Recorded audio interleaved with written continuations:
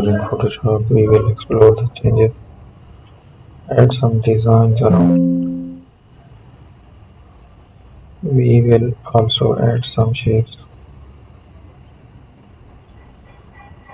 So let's generate another shape here.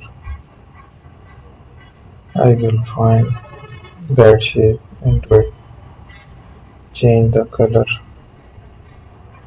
and also change some designs here. Now we will align there and take a selection again, change these designs and explore the changes.